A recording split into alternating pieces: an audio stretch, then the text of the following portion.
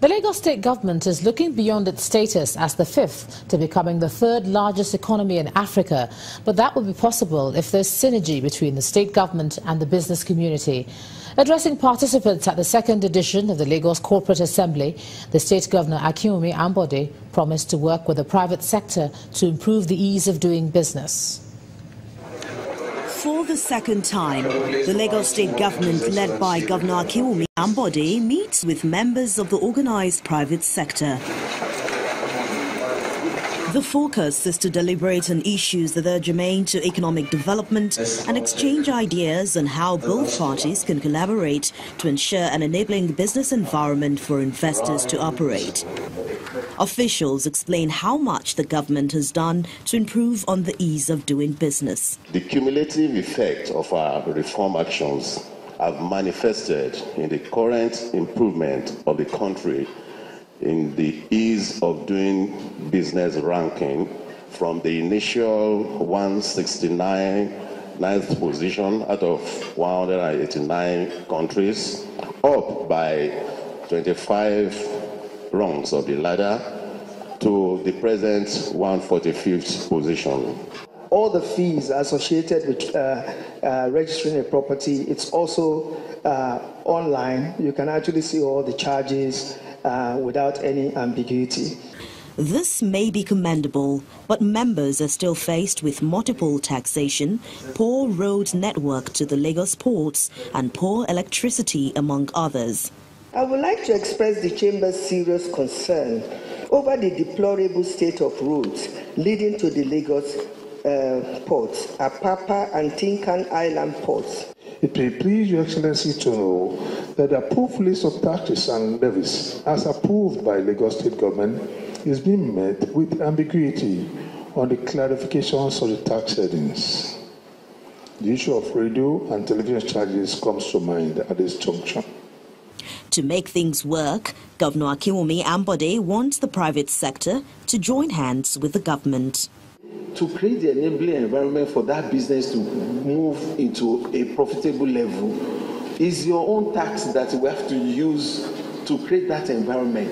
So the lesser you pay us, where we have built the trust, the lesser is the enabling environment to allow the profit to grow. So the truth is that there must be a convergence and there must be unity amongst all of us. From here, both parties will return to act on issues raised and come up with pragmatic policies and programs that will make Lagos much more lovable and friendly for business. And speaking of business, here's some more of it. Here's Emana Amawe.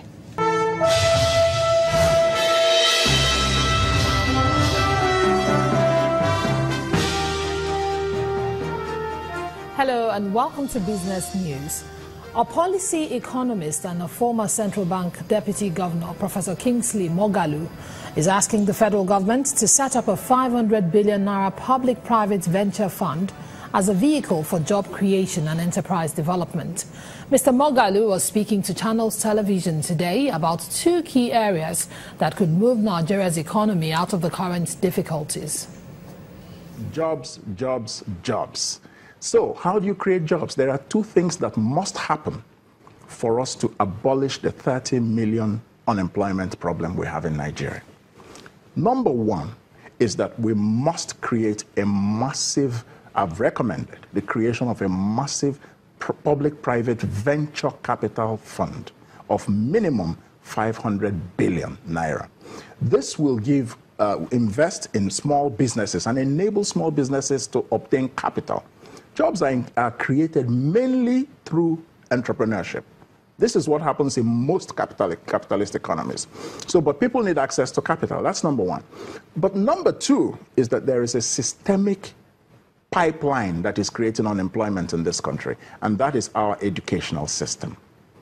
Our educational system today is not fit for purpose. It is generating people who don't have the skills that are necessary for productive enterprise. And we must move to vocational skills. We must move more to technological subjects. We must move more to entrepreneurship in our educational systems. Meanwhile, the World Bank has approved a $350 million loan to Kaduna State to support the government's development policy operations. The Bretton Woods institution granted the loan following a satisfactory assessment of the state's developmental agenda and challenges. The state's Commissioner for Finance, Mr. Suleiman Abdul Kwari, tells Channels Television what to expect from the projects that will be funded by the loan. Generation, also increase in economic activities of the state. The whole euphoria about ease of doing business relies heavily on how we can leverage on our dormant assets, because the intervention the World Bank is trying to do in the area of the Kaduna Geographic Information System, as we know, is to leverage on the ease of doing business and to make sure that the assets that are usually not plowed into the economic activities of the life of the citizenry is they are really brought in by way of increasing the access of what we can do. At the local bourse, the oil and gas sector closed unchanged for a third session this week, but the consumer goods sector lifted the stock markets to a positive close for the week. Bisi Adebayo tells us more.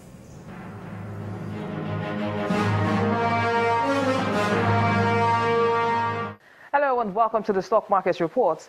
Despite negative sentiment in the banking and industrial goods sector, the local stock market rose further by 19 basis points following a 0.62% recovery from the consumer goods sector.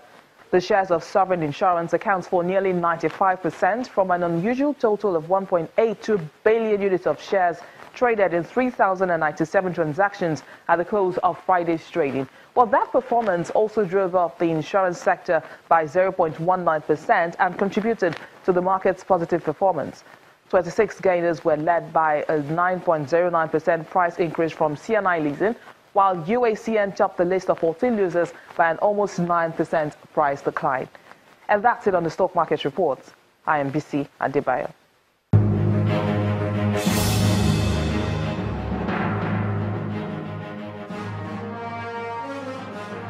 In the meantime, European and U.S. stock markets failed to end today's trading session in the green as investors raise concerns over the future of the U.S. tax reform. But let's see how major world markets ended.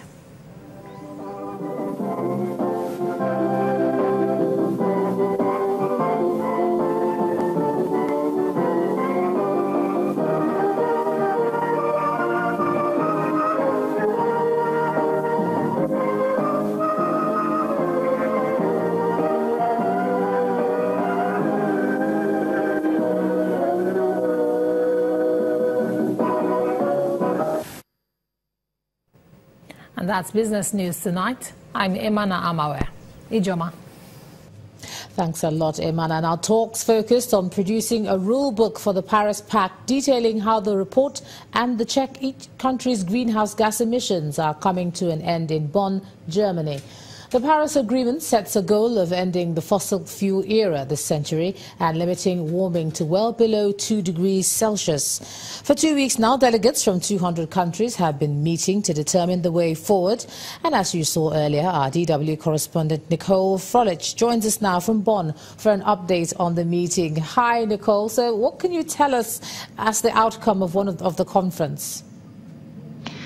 Well, right now, it seems like right before crossing the finish line, the talks have hit a dead end. The summit was set to conclude at 6 p.m. and it's almost 11 here in Bonn now, and the talks are still going on. This is due to several concerns being raised right now in the sprint towards the end of this COP23.